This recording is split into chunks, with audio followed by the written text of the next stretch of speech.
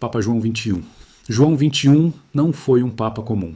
Antes de chegar ao trono de São Pedro, ele já era famoso em toda a Europa como Pedro Hispano, um erudito, médico e autor de livros de lógica e medicina que circulavam nas universidades medievais. Diferente da maioria dos papas, ele tinha fama de estudioso, quase um cientista. Ele foi eleito em 1276, num período caótico. A igreja passava por sucessões rápidas de pontífices e enfrentava pressões de reinos e impérios. João XXI parecia trazer algo novo, alguém culto, metódico, apaixonado pelo conhecimento, e para continuar seus estudos, ele mandou construir um gabinete especial no Palácio de Viterbo, um espaço reservado só para escrever, ler e pesquisar. Mas o que parecia um gesto simples se transformaria em tragédia. Poucos dias depois da obra ser concluída, o teto do gabinete desabou sobre ele. Gravemente ferido, João XXI agonizou por dias, até morrer em 20 de maio de 1277. Oficialmente, foi um acidente de construção. Mas será que foi mesmo? Muitos acreditavam que havia sido sabotagem. Afinal, um papa reformador, estudioso e apoiado por uns, era também odiado por outros. A morte de João XXI reforçou a imagem de um papado instável, frágil, à mercê das disputas políticas da época. E a curiosidade é que ele entrou para a história como o único papa morto pelo desabamento de um gabinete de estudos, um fim irônico para o chamado Papa Filósofo. Um homem que buscava ordem e conhecimento, mas encontrou a morte em meio ao caos de uma construção. Papa Lúcio II. Lúcio II assumiu o trono de São Pedro em 1144, mas seu pontificado durou pouco mais de um ano, e mesmo assim entrou para a história de uma forma trágica e inusitada. Naquela época, Roma fervia, em conflitos. De um lado, o Papa queria manter seu poder absoluto, do outro, o chamado Senado Romano, que sonhava em limitar a autoridade papal e devolver poder às instituições locais. A cidade era um barril de pólvora. Lúcio II, ao invés de negociar, decidiu enfrentar seus opositores de frente. Em fevereiro de 1145, liderou pessoalmente uma marcha contra os rebeldes, subindo em direção ao Capitólio com tropas armadas. Imagine a cena, um papa à frente de soldados como um general em campo de batalha. E foi nesse confronto que o inesperado aconteceu. Uma pedra lançada das muralhas atingiu o papa com violência, ferido gravemente na cabeça. Ele foi levado. Às pressas, mas não resistiu. Dias depois, morreu por causa da pedrada. Sim, você ouviu certo. Um papa morreu por uma pedrada em meio a uma revolta popular. Algo impensável hoje, mas que mostrou a instabilidade e o caos que cercavam Roma naquele período. O impacto foi imediato. Roma mergulhou em ainda mais disputas políticas. E a imagem da igreja ficou profundamente abalada. Lúcio II ficou marcado como o pontífice, que, ao tentar agir como um guerreiro, teve um fim violento e inesperado, digno das ruas turbulentas de sua época. Papa Estevão VI. Entre todos os papas da Idade Média, Estevão VI talvez seja lembrado pelo episódio mais grotesco e inacreditável da história da Igreja, o famoso Concílio Cadavérico. Ele assumiu o pontificado em 896, em meio a uma Roma dividida por facções políticas e famílias rivais que tratavam o trono papal como um jogo de poder. Mas Estevão decidiu levar essa disputa a um nível absolutamente macabro. Meses depois de eleito, ele ordenou que o corpo do Papa Formoso, seu antecessor e inimigo político, fosse retirado do túmulo. O cadáver em decomposição foi vestido com paramentos papais, colocado em um trono e levado a julgamento. Sim, um julgamento contra um cadáver. Diante de bispos horrorizados, o corpo foi acusado de ter assumido o papado de forma ilegítima. Como era de se esperar, o cadáver não se defendeu e foi considerado culpado. O resultado? O corpo foi mutilado, despido e jogado no rio Tibre. Um espetáculo de horror que deixou Roma em choque, mas a bizarrice cobrou seu preço. Poucos meses depois, o povo se revoltou contra Estevão. Ele foi deposto, preso em uma masmorra, e ali, em 897, terminou estrangulado por seus inimigos. O homem que humilhou um cadáver em praça pública acabou tendo um fim igualmente violento e humilhante. A ironia histórica é clara. O Papa, que transformou a justiça em espetáculo macabro, terminou sufocado no silêncio de uma prisão. Até hoje, o Concílio Cadavérico é lembrado como um dos momentos mais absurdos da Igreja, e a morte de Estevão VI simboliza o caos e a instabilidade de uma época em que o trono de São Pedro parecia mais um campo de guerra do que um altar de fé. Papa Bento VI. Bento VI assumiu o papado em 973, em um dos períodos mais turbulentos da história da Igreja. Roma estava nas mãos de famílias poderosas, como os Crescenzi, que tratavam o trono papal como um prêmio político. A eleição de Bento VI contou com o apoio do imperador germânico Otão I. Mas quando o imperador morreu, o Papa perdeu sua principal proteção. Sem esse respaldo, ficou vulnerável, e seus inimigos não perdoaram. No ano seguinte, em 974, estourou uma revolta em Roma.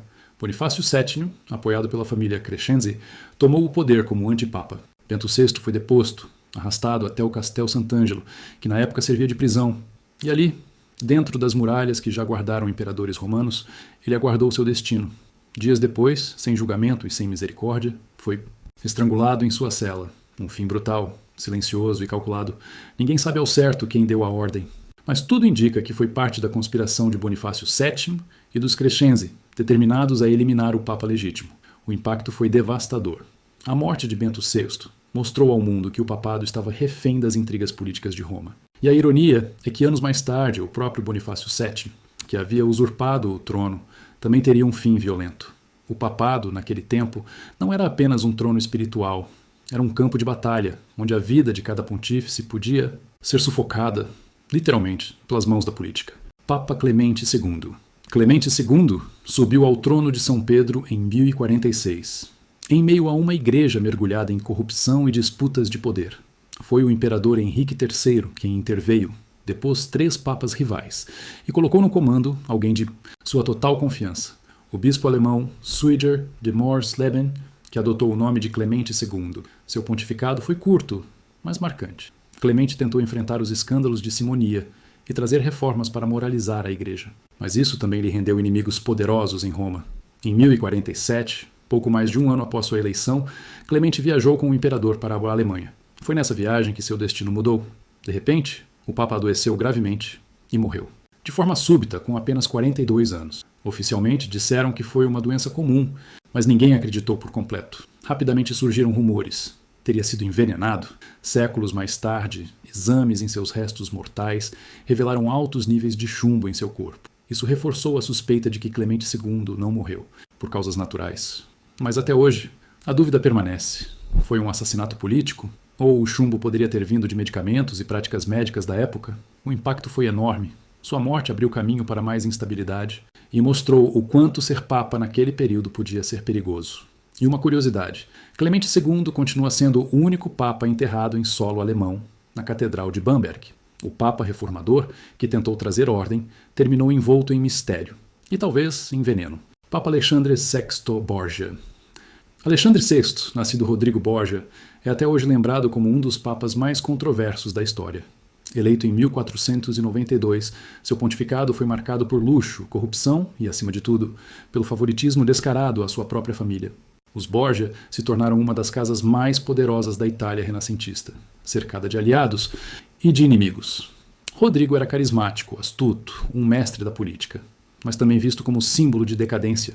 Seu Vaticano era palco de festas grandiosas, intrigas constantes e alianças instáveis. E foi nesse cenário de excesso que seu fim chegou.